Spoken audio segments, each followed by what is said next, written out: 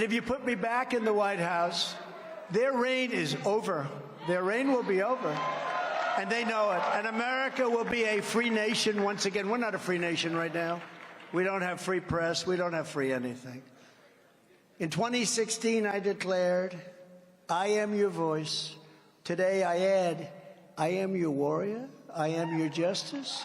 And for those who have been wronged and betrayed, I am your retribution. I am your retribution. Not going to let this happen. Once again, they are predicting doom and gloom if Donald Trump is elected. Here's the Washington Post yesterday, quote, the fear of a looming Trump dictatorship. And this is today's headline from Salon.com. Americans are sleepwalking into a Trump dictatorship. It's now their favorite word. Over at fake news, all cable news channels, they're featuring, the same brand of fear-mongering. Obviously, it's clear they don't want to talk about Joe Biden and his failed record. Take a look. Dictatorship. Is that what we would have if we re-elect Donald Trump? I think it's a very, very real threat and concern. I think the phrase sleepwalking into a dictatorship should wake people up. Correct me if I'm wrong. It's not going to be the kind of dictatorship with concentration camps and martial law overnight, is it? That's not what we're going to get. We're going to get Trump borrowing from the Orban playbook in Hungary, from the Modi playbook in India. And what does that look like, Jason? What would that look like here in America? Fears of a dictatorship, the alarming prediction for a second Trump term. Liz Cheney is right, what she said, that we are sleepwalking into a Donald Trump dictatorship if people don't wake up and remember what Donald Trump was to the 4 years, what he tried to do to our democracy. Here's the thing. We already know what would happen under a Trump presidency. Why?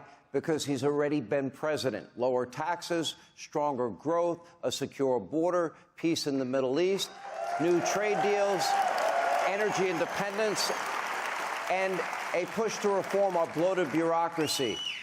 There was no dictatorship. We did not lose our constitutional rights. We did not go to war. The people who hate Donald Trump, they simply have been and continue to lie to you.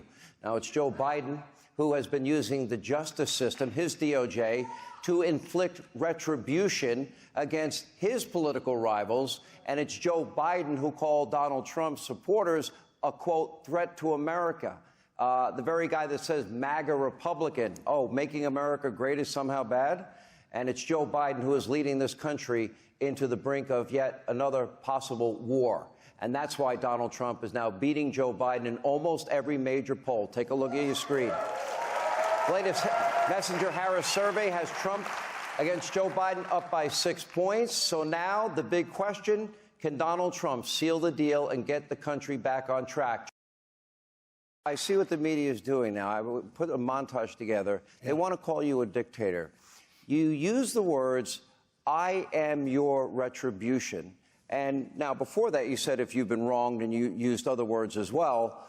But I want to be very, very clear on this. To be clear, do you in any way have any plans whatsoever, if reelected president, to abuse power, to break the law, to use the government to go after people? You mean like they're using right now? I want to go back to this one issue, though, because the media has been focused on this and attacking you. Yeah. Under no circumstances, you are promising America tonight, you would never abuse power as retribution against anybody. Except for day one.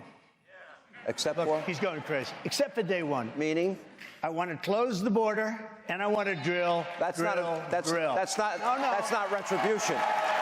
I'm going to be, he keeps, we love this guy. He says, you're not going to be a dictator, are you? I said, no, other than day one.